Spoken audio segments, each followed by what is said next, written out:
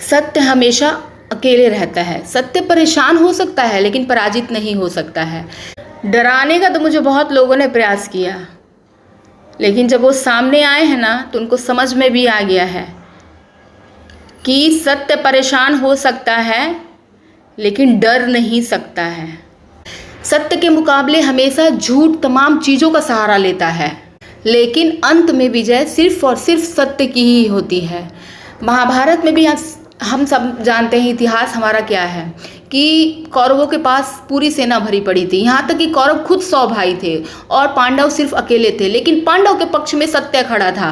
पांडव परेशान तो बहुत हुए लेकिन जीत किसकी हुई? सत्य की हुई।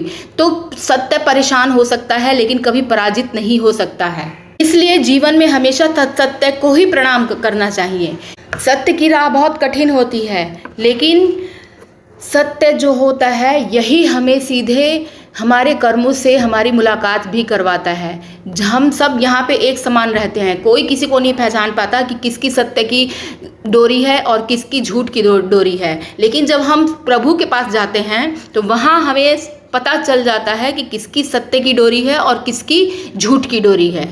फरेब और झूठ की राह भले ही तेज होती है, उसकी रफ्तार बहुत ही तेज होती है, लेकिन हमेशा जीत सत्य की ही हुई है। आज मैं आप लोग के साथ जो एक स्टोरी शेयर कर रही हूँ वो सत्य घटना पर आधारित है। एक पंडित जी थे, वो रोज़ गंगा जी नहाने जाते थे। तो एक दिन जब वो गंगा जी से नहा के आ रहे थे तो रास्ते में एक मृत शरीर का कंकाल जो होता है, उसकी एक जो गर्दन होती है जिसको हम लोग खोपड़ी भी बोलते हैं, वो पड़ी हुई थी। उस खोपड़ी के ऊपर लिखा था कि अभी इसका कुछ बाकी है।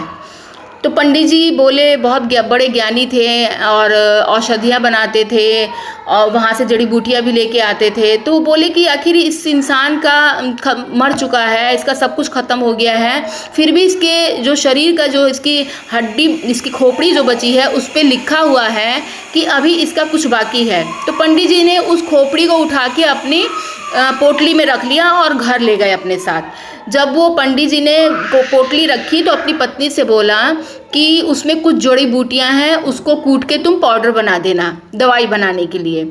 वहीं पे खोपड़ी को भी उन्होंने रख दिया।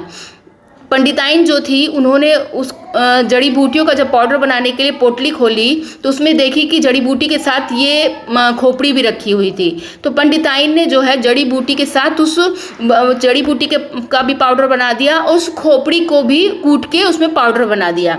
पंडित जी जब उठे और औषधियाँ बनाने के लिए सब लेने लगे, सारा पाउडर वगैरह पोटली में से सामान लेने लगे, तो उन्होंने वहाँ पर खोपड़ी को नहीं देखा।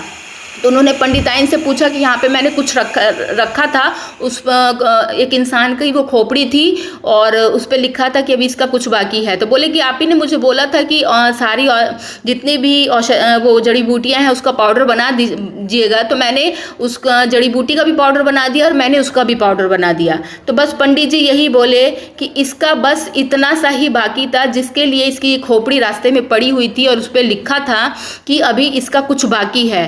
तो वो लास्ट उस खोपड़ी का जो था उसको कूट के ओखल में उसका पाउडर बनना बाकी था। इसलिए कहा जाता है, इस कहानी से ये हमें अर्थ मिलता है कि इंसान को हमेशा कर्म जो है ना सोच समझ के करना चाहिए। अच्छा बुरा ये सोच के ज़रूर करना चाहिए कि सिर्फ यही हमारा सब कुछ ख़त्म नहीं हो जाता है।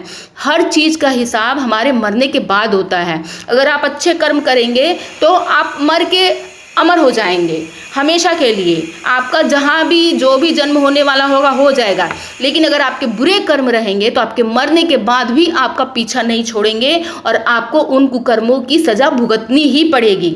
इसीलिए किसी के साथ छल कपट, झूठ बोलना, किसी के बारे में शिकायत करना, इन सब चीज़ों से बचिए। नहीं तो अभी भी समय है, अभी भी बहुत टाइम है। किसी के बारे में गलत बोलने से बचिए, अपने कर्मों को अच्छा बनाइए और अपने आगे के भविष्य को सुधारिए। हर इंसान को फल की इच्छा किए बिना अच्छे कर्म करने चाहिए और हमेशा सत्य के पक्ष में खड़े रहना चाहिए। हमेशा लोग आपको कुछ भी कहें, लेकिन हमेशा सत्य के ऊपर डटे रहना चाहिए, खड़े रहना चाहिए। सच बोलने से कभी पीछे नहीं हटना चाहिए। लोग आपको बागी कहेंगे पर गुलाम नहीं कहेंगे किसी का। सीता बन के अगर रहेंगे तो हमें हर कदम पे रावण और लेकिन अगर काली या दुर्गा बन के रहेंगे तो दुनिया में महिषासुर और शूर्पणखा भी डरेंगे। सत्य हर चीज के लिए तैयार रहता है, लेकिन वो कभी पीछे नहीं हटता है किसी भी चीज के लिए। अगर जो चीज सही है, जो चीज गलत है तो गलत है। अगर आप मेरे चैनल पर नए आए हैं और आप मेरे वीडियोस आपको पसंद आते हैं और आप इस तरह के रियल लाइफ से जुड़े हुए वीडियो अगर देखना चाहते हैं, स्ट्रॉन्ग लेडी के वीडियो देखना चाहते हैं, तो आप मेरे चैनल को सब्सक्राइब कर लीजिएगा और बेल आइकन को जरूर प्रेस कर लीजिएगा, जिससे आपको मेरे सारे नोटिफिकेशन मिलते रहेंगे।